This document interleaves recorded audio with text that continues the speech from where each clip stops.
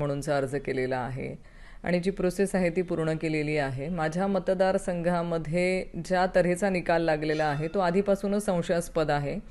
मी आधी पण बोलले आहे की माझ्या मतदारसंघामध्ये निकालाच्या 2 दिवस आधी एक यादी सोशल मीडियावरती फिरत होती आणि ज्या यादीमध्ये समोरच्या उमेदवाराच्या लोकांनी ज्या यादीमधल्या आम्हाला एवढं मतदान मिळणार आहे ची गॅरंटी व्यक्त केली जात होती आणि त्या माध्यमातून ती सोशल मीडियामध्ये फिरत होती.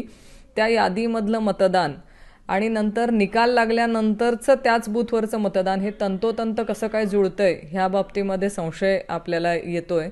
कारण जिथे फक्त 5-10 मतं इकडे तिकडे जर पकडलीत आपण तर प्रत्येक बूथवरती जो त्या लोकांनी अंदाज व्यक्त केलेला तसाच निकाल माझ्या प्रत्येक बूथवरती लागलेला मला बघायला मिळाला आहे. हे संशयास्पद आहे. असा अजून कुठलाही ज्योतिषी जन्माला आलेला नाही की तो 2 दिवसानंतर जाहीर होणाऱ्या निकालाच्या बाबतीमध्ये एवढं परफेक्टली जाहीर आकड्यांसहित सांगू शकेल. जे आकडे सोशल मीडियावरती 2 दिवसांपासून फिरत होते